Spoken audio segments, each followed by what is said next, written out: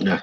Alrighty, guys, welcome back. I've had a couple of weeks off. We've had our post-grand final review of ourselves, really, of our performance, of the fans, of everyone. So once again, thank you guys. Thanks for the support. Loving it. We've got three of us tonight. Everyone loves a good threesome, so here we are. But obviously, I want to start this video and start on a bit more of a somber note. And obviously, with the passing of an absolute great of our game, Norm Provan, I'm obviously talking about.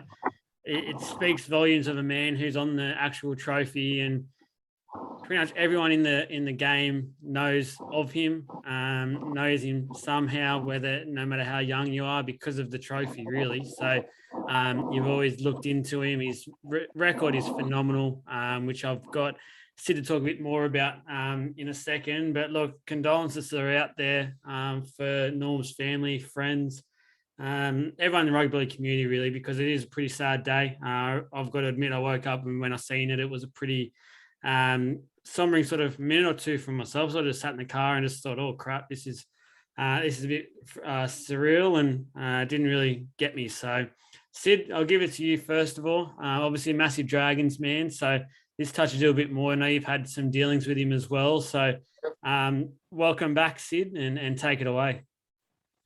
Yeah, thanks, Joel. It's it was strange. I mean, no one lives forever, but it was strange finding out that he passed away. And I don't know if he was ill or anything. We didn't hear anything, and he just passed away out of nowhere. And it feels like yesterday I met him in the captain's lounge at Cogra. We had my brother has a corporate box, a couple of years ago, and I found him to just be a character. He's a good guy. He'll talk to anyone. Never short of a story. Even to the point where he got played off more than once on the Daily M's when he was telling a story, and they started playing the music because he took too long. He's just one of those guys. And understandably, what wouldn't you have? 88 years, some golden years there. At the highest level of our great game, and that infamous moment where him and Arthur Summons thought, oh, we're going to still fight after this game, because they'd come to blows a few times in the grand final, and then instead they had a very respectful embrace, and then that brilliant photo came about, and then the trophy was born, and it was just iconic moment. As far as the trophy goes, I think it's the greatest trophy in the world sport, and I challenge anyone to prove me wrong. Find me a better trophy than that. Absolutely beautiful. And as far as the achievements, he's an immortal. 10 grand finals he played in a row. Wins, 10. Crazy. You just rangy back rower, just a freak. Even in that time as well, you get a knee injury, your career's gone. Not season, it's career. So longevity there as well. Just massive loss, and condolences to his family and friends.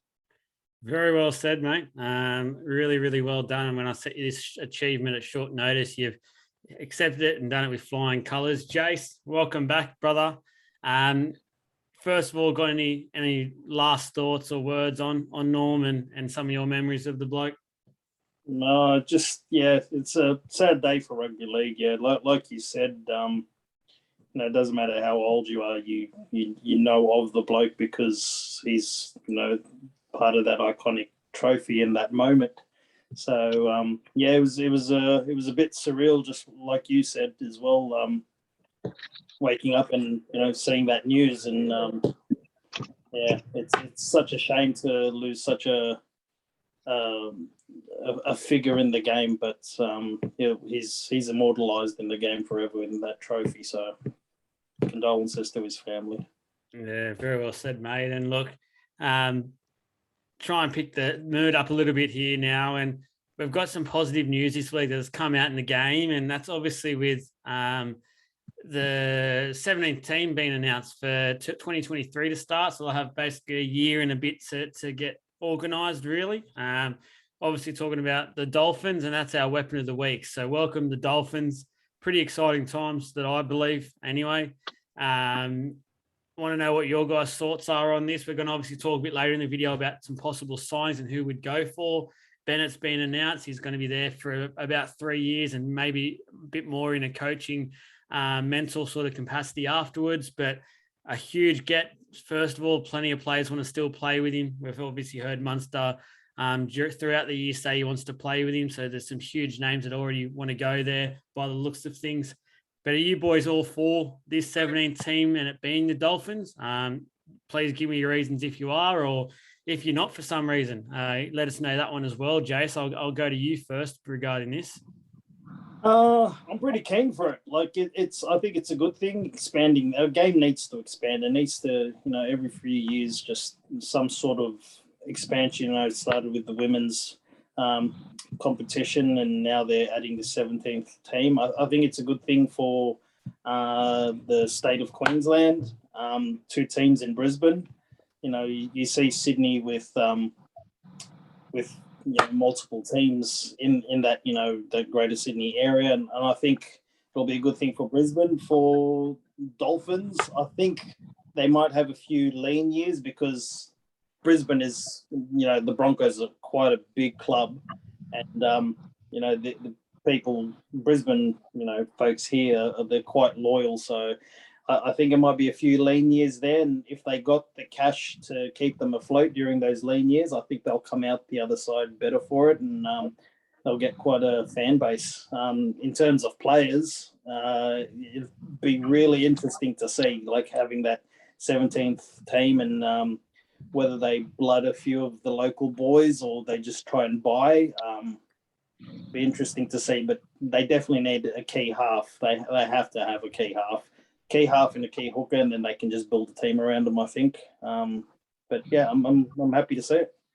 Yeah, you make an interesting point there, and I reckon the next year, 2022, is probably the biggest year for Queensland Cup players in a very, very long time, because plenty of those guys will probably get some NRL contracts the following year, because the Dolphins, with signing some big marquee players, will need to spend low on a few minimum guys. So there's going to be plenty of opportunities there. So there's a lot of key guys floating around that level, which will be getting a start. And I think there's going to be some really good talent on display next year. Jace, are you going to be? Are they going to become a second team for you? No. No Dolphins bandwagon. My New South Wales blood isn't going to allow me, and even if I did, Josh would disown me. He would never speak to me again. So actually, I might take them up as a second team. So to be honest with you, so I might just tell him that they're my second team. So there's your way out. Sid, you all for the Dolphins, or you got some concerns? Look, I like the franchise.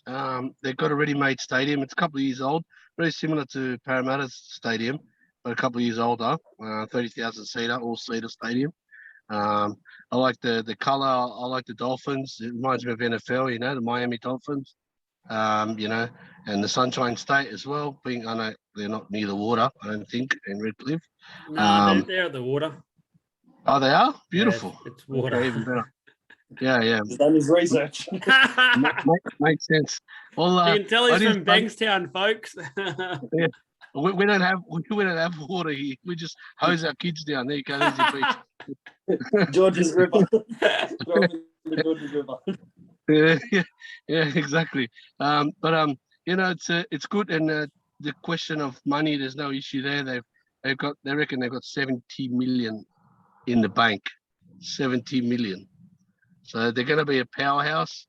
I like the idea of the 2 years as much as I'm excited to see another club go around. It gives them a chance to, get their house in order, get these young blokes in professionally. So get them on professional contracts, which means they can start training full time, which means, these potential talent, hopefully they're ready for first grade or thereabouts. Yeah, as far as the argument about talent in general, I'm always a believer that there's no such thing as poor players, only poor coaches. And what better coach to grab than Wayne Bennett? He'll max out like you get Craig Villamese and Trent Robertsons. They're capable of maxing out an average player, and then just a sprinkling of some talent, which we'll talk about later. But yeah, I like it, and it also means finally that hopefully we won't wear that horrendous Illawarra jersey anymore because they're all red. That I reckon they'll you made a good point there. They've made their most important signing in Wayne Bennett, their first signing. So a huge get for the club.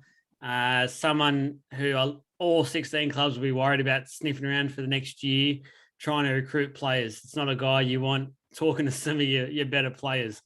Boys, let's move on to some of the talking points over the last few weeks. We haven't been on, obviously, but first of all, one that Sid would love to talk about, and it's the Tigers Player of the Year award. Look, there's an interesting winner here, and it was split. And one of those names that I think the rugby league world is shocked about, and by the newspapers, the players are shocked about, would be Luke Brooks.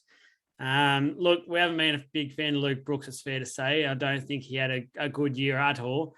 And I think there was a player there that Sid will hit on the nail on the head in a second, who deserved, if it was going to be split, to at least be one of those players there. And Sid, take it away with your gripe for this.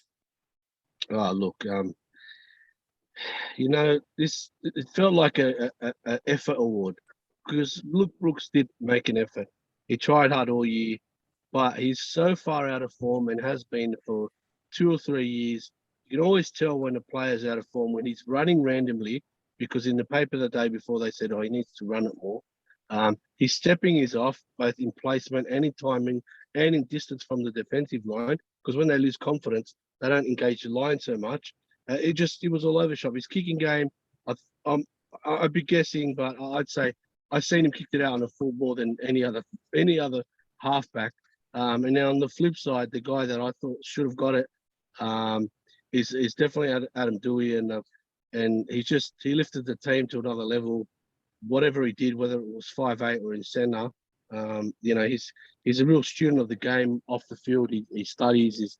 He's the type of kid that takes notes. I mean, what kid takes notes these days, And he's also, not only you're seeing his intelligence on the football field, you also see it off it when he has an interview. He won't just give the cliche answers. I saw one game where he blitzed them and set up a couple of tries, and he actually said, I was engaging the line. I was going short 2-3 times because I noticed their winger comes in a lot. And, it's stuff like that. The guy is paying attention to the game, and he's playing in a struggling side, in a beaten forward pack, and he's doing that, I just think he carried the team, and for long periods, him and Dane Laurie, apart from Laurie's injury, which coincided with the Tigers ending their finals charge. But, yeah, him and Dane Laurie, we're streets ahead of Luke Brooks. With all due respect, Brooks is a good kid. Everyone loves him, but you don't get a ribbon for effort. No thanks. Yeah, I think after watching that Tigers at the Tail documentary, I think Dewey's a man-made captain for that club moving forward. I'd be definitely looking at instating him as that obvious, the C next to his name. With Brooks, it feels like it's kind of like the club's now forcing him onto the fans of that club and to try and make him look better than he is in a way by giving him something like this award. It's sort of like, nah, guys, this guy's good. Trust us. We know what we're doing. And it's been the same story for almost 10 years now. They've put their faith in this guy, and they haven't made a final series yet in 10 or so years, which is horrible. Jace, are we being a bit harsh here on Brooksy boy, or? Well, I think it's all valid, but in Luke Brooks' defence, he's not the player he should have been. This kid came into the league with so much promise, and I think in those crucial years for his development, he just didn't have the right coaching, and you can see it now. He's suffering for it now because he's constantly out of form. His kicking game's off, all that kind of stuff, taking on the line. This is all stuff that should have, been looked after and taken care of if he had the right coaching around him when he first started in those first 2-3 years. But yeah, I can't see how they went past, Dwayne and Laurie for it. And second gripe, the fact that Sid is a Lebanese fella, and he called Adam which is actually pronounced Dwayhe. For some reason, they give it the Aussie term Dewey, but it's actually Dwayhe, and I can't believe Sid, who's a fellow Lebanese gentleman, called him Dewey. But anyway, we'll go on past that. It's Vossi's fault. It's Vossi's fault. Dewey for some reason. Are you calling him a fake? Are you going to say there's a mask under that? I think with this might be another episode for League of Inches. I think getting to the bottom of this. This man, he doesn't have a house. He lives in his car. He calls fellow Arabs by the Anglo pronunciations. I need to get to the bottom of this, but yeah, man. Like it's how do you go past Dwayhe and Laurie? Like Luke Brooks had a very, very average year, and these two guys, you could see when they were out that the Tigers struggled, and you just, I don't know who's voting on it. Did they end up? Was there an investigation into this? Did Tuvi get a hold of this? We need Tuvi onto this. It needs to be an investigation. We're calling it now. But guys, look, there's a team out there who won the comp, and I don't know if you guys know this or not, but it was Penrith. And I think by the carry on and what we've seen post grand final, it's sort of like they've won the lottery in a way. There's been some people out there who've called the bit of a grade 3 carry on with what they've been doing. I want to get to the bottom of this with you two. And first of all, Jace, I know you've played the game for many years. Is what you've seen on social media. I know you're massive on social media. You'd love it. Have they gone a bit over the top with some of these celebrations and posts and things like that? Or is it play on? Look, I think, yes, they have gone a bit over the top on it. Like, mind you, like I've won grand finals, but when I won them at a young age, we weren't, old enough to drink and that and carry on. So it never got out of hand like these guys. These guys are young. Cordial. Yeah, a bit of red cordial, a can of Coke. But these guys are young. Like the whole team is young, and they're going to learn from this. So they need to pull their heads in. They're going to have a look at themselves and, realize that it's not just about them. They've made the whole city of Penrith look like a bunch of retards, to be honest with you. Like they haven't put it this way, they haven't helped Penrith. They haven't helped Penrith's case, okay, by carrying on like this. So I think, yes, it's definitely over the top, and they need to pull their heads in. I think the way they've carried on post-grand final was exactly sort of how they were carrying on the field at the start of the year. And then people were starting to call them out. They sort of pulled it back a little bit, and then it sort of started to come back out towards the end of the year, and now post-season, sort of like they're the spoiled kids. That's the sort of behaviour they've sort of been doing the last couple of weeks. Sid, I know you're the old school player, so you guys got up to a lot more than the kids do these days, and social media obviously explodes that and makes it a lot bigger than it needs to be. We don't want to know what you guys used to get up to because we're a PG rated show here. But what are you making of Penrith's post grand final shenanigans? You know what? You've I don't know if you planned it, but it's a good segue because I have a contrary opinion to this. Look, they won the grand final. All year they've been disciplined in terms of training, in terms of working hard. In fact, 2 years now, because it took them 2 years to win the grand final. It wasn't the greatest game. I didn't go for them. I went for Souths, But respect to them, they won the grand final. I reckon have a bit of fun, have a few drinks. I always say in the old days, do whatever you want, have fun, be safe. Don't do anything that's going to affect tomorrow, Like don't try heroin and tomorrow you wake up a heroin addict, Or don't have a fight and some bloke ends up in hospital and you have an assault charge. See what I'm saying? I don't think they did that bad, really. I just think they were mucking around, and like you said, spot on. It's social media and cameras everywhere, and like what we did was 10 times worse than what they did, I just boys will be boys. When are they going to have fun? This cancel culture of everyone's so offended. Everyone's so fancy and offended. I think it's they made a mountain out of a molehill, and they just need to maybe pass the boys, just put their phones away and just have fun, not worry about anything. Well, social media comes into this next point, but quickly, I just want to say, I think the media needs to give these guys, I know it won't happen anymore, the day and age that we live in, but it needs to be like a mutual respect thing for that week or something. If they're left alone, it's going to get to the point soon. I reckon they're going to have to book out hotels or something and just stay there or underground or do something for a few days and just be away from everything, because there's just no good coming from these anymore. I agree 100% that the media needs to just leave some of these guys alone. They carry on in that. They just won a grand final. They work so hard for it. The only thing I think I don't like on this side of it is someone like Tyrone May, who came out and did a social media post a day or two afterwards and sort of had to dig at people about obviously that whole sex tape fiasco that he was involved with. He was suspended for.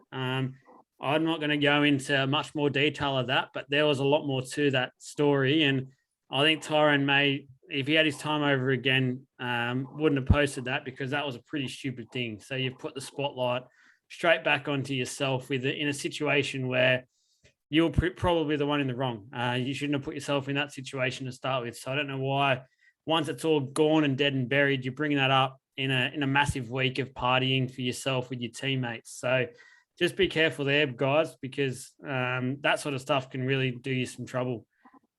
But guys, the Storm, for so long, they've been the team that everyone wants to be, so professional, both on and off the field. They've handled 2 years away perfectly. Almost was good enough to go again this year and win the thing, which most people thought would have happened.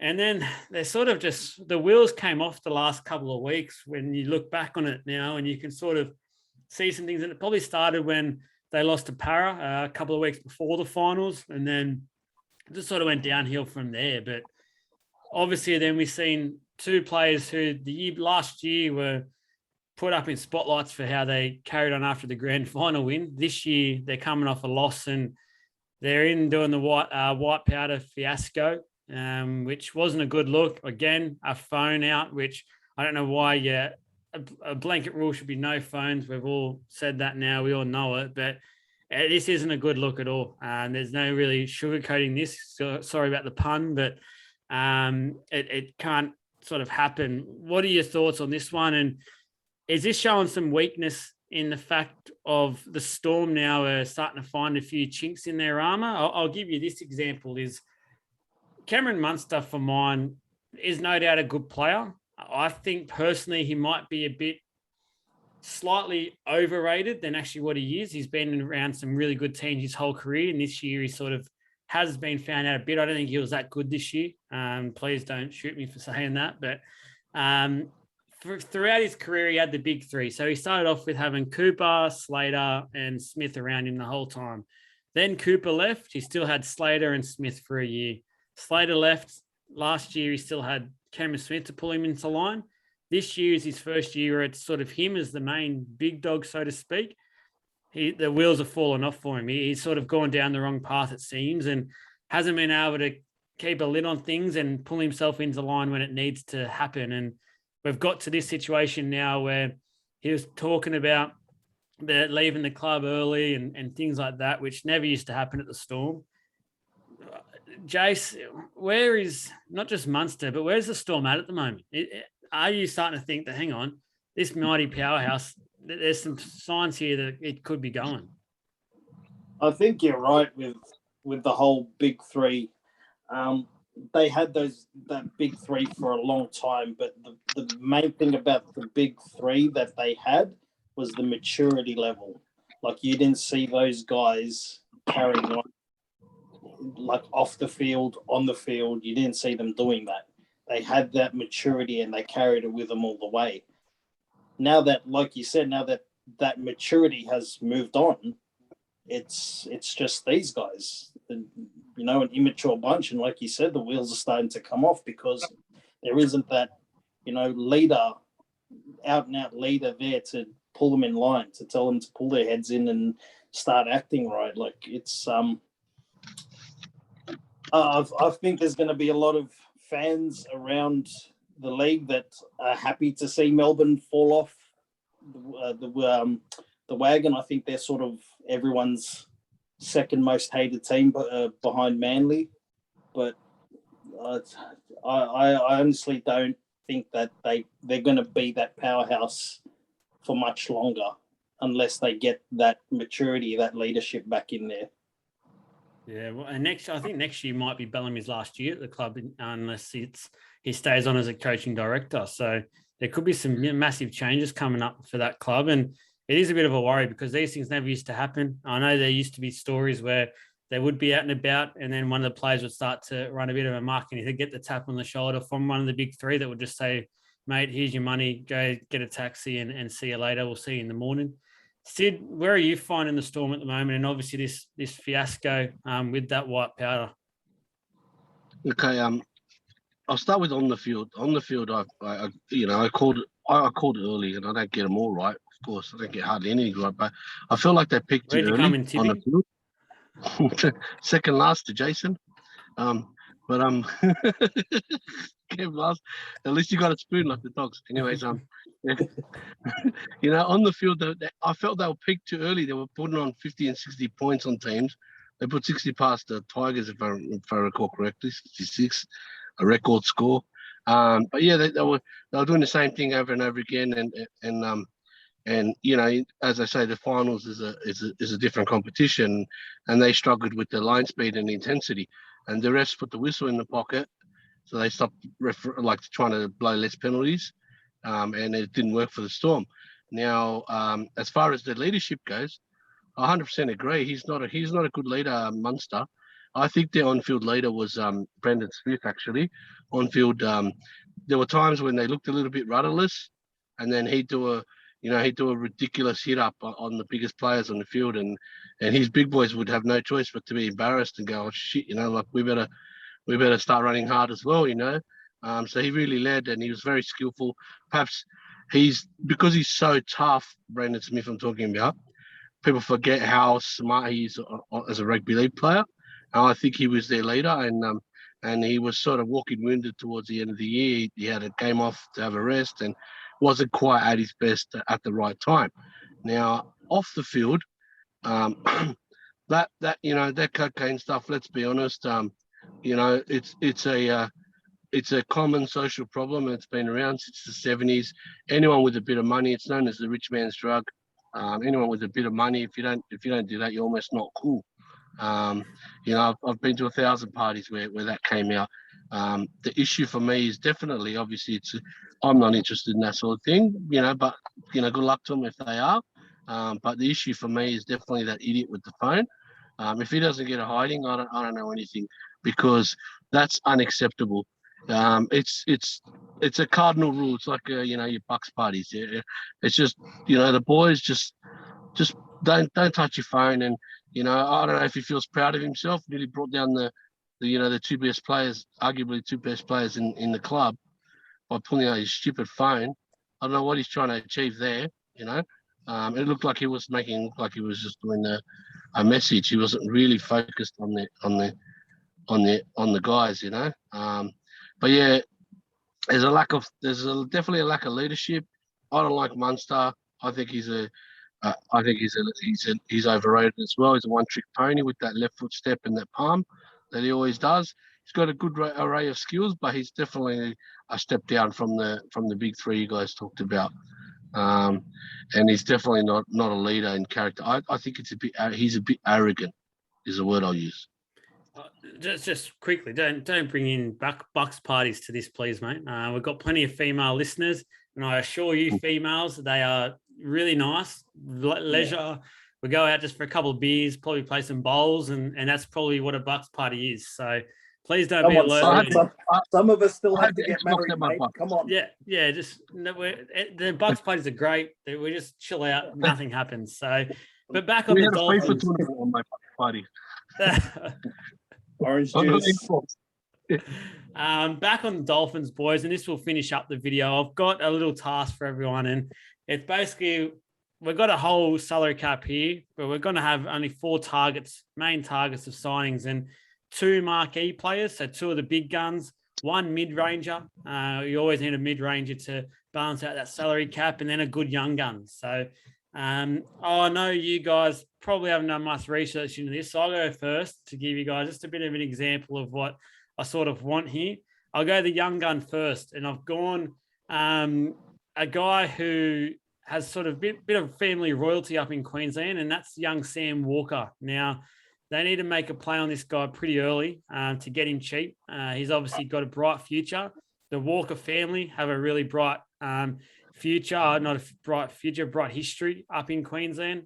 Really good family up there, and I believe most of them still live up here as well. So for mine, it would be sort of just a normality that he'd want to come back up here and live with family. So he'd be one of my main players to sort of target if I was them. You could really build the club around him, and he's young, got at least 10 plus years to go. So my mid-ranger, I've gone with, I always get this guy mixed up, but I've gone Christian Welsh. Probably got a few more years left. I always go Cameron Welsh, and that's why Jace is laughing. But yeah, Christian Welsh, I'm going to lock him in. I know he's got probably a few years left, and he's, for mine, one of the better forwards, and probably he's underpaid for the work he does. So they need a hard-hitting sort of player, and I feel like he's the guy to do it. My 2 marquees who I'd go for if I was them, one would be Ponga. I think the kids love him. That's a signing to build the club, a real guy you could market the club with. My second guy would be Harry Grant. I'd be going all out for this guy. Will be the best hooker, no doubt, for the next 5 to 10 years in this game. And for mine, everything starts with the hooker. So you need to make sure you've got a really good one there. He touches the ball the most, and he's going to be the best one moving forward. So, Jace, I'll get yours first because I know Sid will probably take the rest of this video to do his. So, what are yours? Okay, so I'll start with my 2 marquees, and I think I would go with Cody Walker, and I think Dolphins would have a good chance of landing him with Wayne Bennett there. Second one would be Ponga. Definitely, they need a pretty good fullback strike player as well. You're about to say 2 good looking. What's that? You're about to say good looking. Yeah, that too. And two mid rangers, right? Nah, 1 mid ranger and 1 young gun. 1 mid ranger. I'd probably go with Brandon Smith. He started playing his footy in Australia up in Queensland, so I think he would feel back at home again if he did go up there. I think new club, him be able to put his stamp on the game. And a young gun, I'd probably go with Walker as well. He's a pretty promising halfback, and he's going to have a lot of years under his belt from here. So if they can lock him in long term, I think it'd be a good thing for the club as well. Not a bad little spine happening there either. So, Sid, you've got a few minutes here.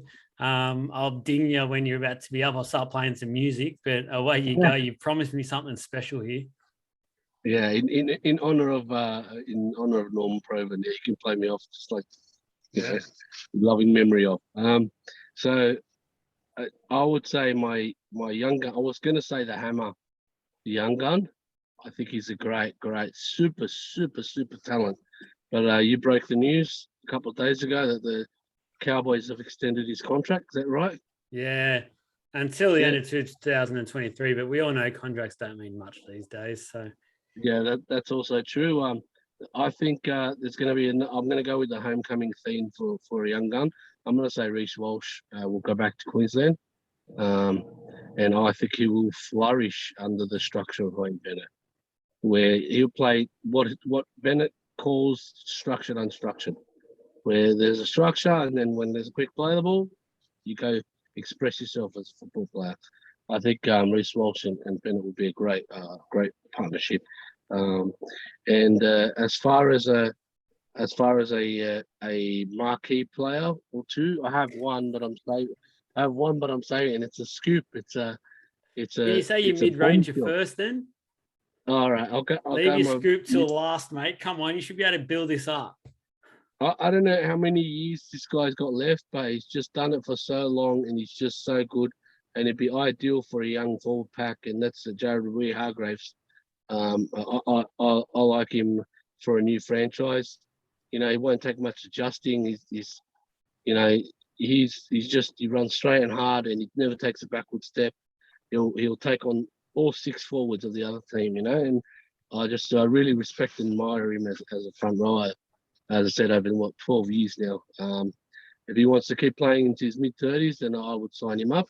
He's my mid-ranger. As far as marquee man, I had Harry Grant as well at hooker. He's just a complete package. I've said to you before, he's the best dummy half I've seen, you know, in the last 30, 40 years, even as long as I've been watching footy. He's a real hybrid of many of the good dummy halves. You know, going way back to Steve Walters and Benny Elias, and he's just wow, he's amazing, and his instinct for the game and his skill and his vision is ridiculous. But the bombshell saved it for last.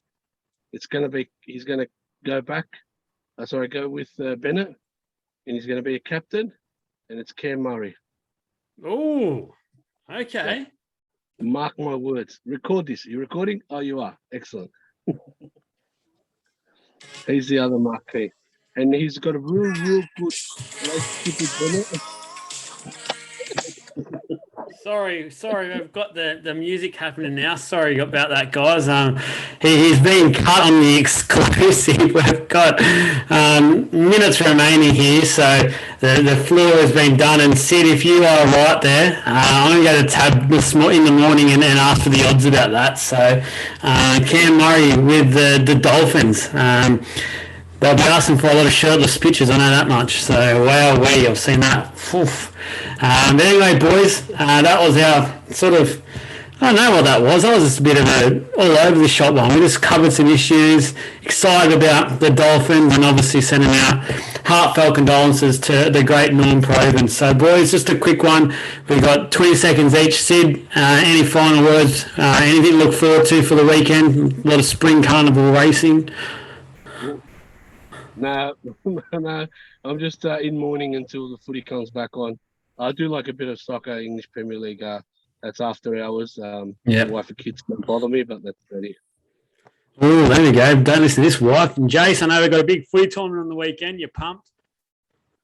Yeah, that's my my plans for the weekend is playing in that Nationals tournament with Joel and Dane. So keen for it. Looking forward to it. Hopefully, I can somehow rent out an oxygen tank for myself because I think I'm going to need it. But yeah, looking forward to it.